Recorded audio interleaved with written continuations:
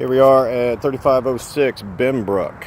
This is a new property we're beginning construction on tomorrow, Thursday the 12th. I believe it's the 12th. There are some minor landscape things that need to be taken care of here.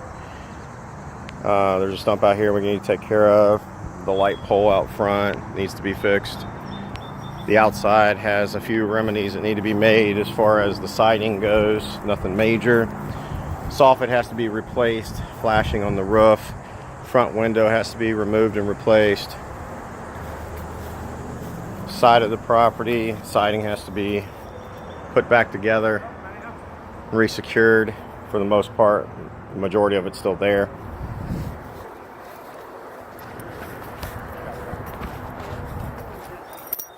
Going to the back of the property. You still have a storage container here for construction. Need to find out what the time limit is on that.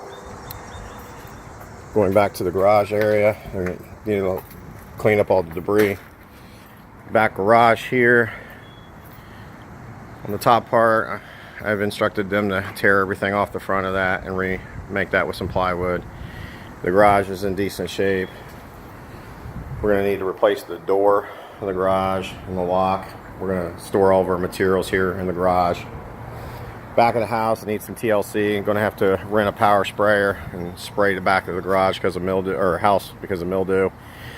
Looking up to the roof, it looks like it's in decent shape. There's one spot on the roof that is leaking right there at the exhaust pipe of the house. The exhaust from the basement is leaking at the flashing, which is why the ceiling in the bathroom had to be completely torn out and it's going to have to be replaced. This back window here, because of the PVC damage on the window itself, we're going to have to replace this window totally. There is the panel here that goes to the window, but because it's been cut, the PVC itself on the window has been cut. We'll have to replace that. The backyard area is little to no repairs need to be made. The side of the garage, all of the sideboards on the garage have been eaten up by termite damage, so we're going to have to replace those all the way around. I think we're going to go ahead and put siding, or not siding, but gutters on the side of the garage so that we don't have any problems with that again. And then we're going to have to spray all this down back here and get rid of all this foliage. This is a landscape concern. I'll probably have our landscaper get rid of it. He will be mowing. He's already mowed, as you can see.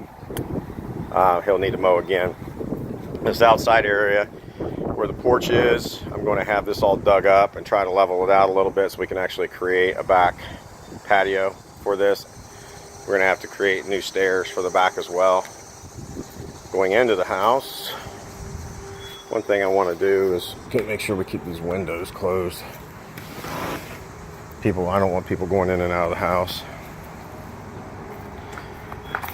Entering in from the front of the house, there is a few things that here I'm going to try to put some gravel or some concrete in there to fill that in. The door trim is going to have to be sanded and redone. I'm not going to go through every step of the repair process because it starts construction tomorrow, but I just want to show you a little bit of what we're dealing with here. The house has been totally demoed. There are still some areas that are going to have to be cut out that the demo guys missed. But all in all, everything is ready to go. This is the front area going into the kitchen. Some of the flooring still needs to be pulled up. The demo guys did a horrible job. That's why I fired them. Here's some areas that are still going to have to be cut out for the drywall. Going into the hallway, the closet to the right is the actual access spot for the roof. When you look inside, you can see light coming through where the flashing is damaged, and that is where the water was coming in and rotting everything out. But we will repair that before we do the bathroom. The bathroom ceiling had to be totally removed so it can be re-drywalled surround in here. We're going to redo the whole bathroom except for the bathtub. Back bedroom area is in great shape. Just need to redo the floors and put the closet doors back up. Closets are walk-in closets. I still have the original doors, but I don't have the track for the bottom, so we're going to try and use what we have and put it back in place. If that doesn't work, we'll put new doors in. There is a closet area here outside of the bathroom. We're going to have to find a door that matches, or we're going to take the trim off and make it a cubby. Going into master bedroom in the front, panning around. We're going to repaint all the walls, redo the floors. The front window needs to be replaced. As you can see, somebody's cut into it. Probably squatters that were here before. One thing that we've made a decision to do is all of the ceilings have already been spackled all the way through the house. And the spackling's in good condition, it just needs to be painted. So we've just made a decision to go ahead and just paint all the ceilings instead of respackling. The secondary bedroom is the same way. The walls are in good shape. This window's in good shape with a screen. Just got to make sure we're going to be able to have doors for the closets, the walk-in closets. Heading downstairs. Again, this is a different angle of the front room. Originally, we decided that we wanted to cut out part of this wall here to open up the space, but due to budget, I believe we're going to go ahead and just leave the wall where it is. And at the end of this project, if we decide that we still want to open this up, we can do it at that time before we finish and complete the project. This vent fan for stove is going to be sealed off and drywalled. I believe we're going to go with track lighting here in the kitchen area. Going down to the basement, we ripped out all the walls on both sides, so we're going to have to re-drywall the basement and refinish the basement. I've given them instructions to re-bleach or bleach the entire floor down here before we put anything down here. Decision needs to be made whether or not we are going to carpet this floor and then re-drywall the ceiling, or if we're going to go with linoleum or tile down here. That's a question for Justin.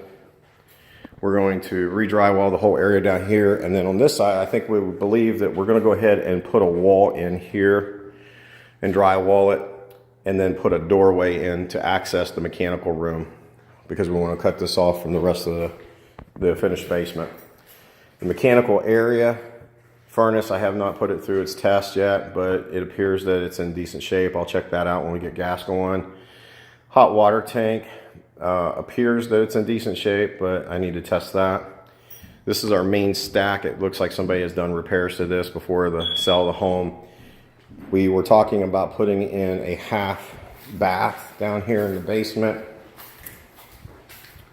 If we do that, it will be on this side where the washer and dryers would be. And we would have to put in a reverse flow toilet. So the half bath would have to be right here. There is a little cubby hole back here for supply and storage. We could build onto that for the half bath. But as far as the drain goes, I don't think it would work for what we're trying to do.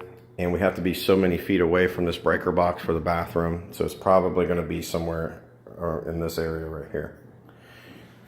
So that is 3506 Binbrook.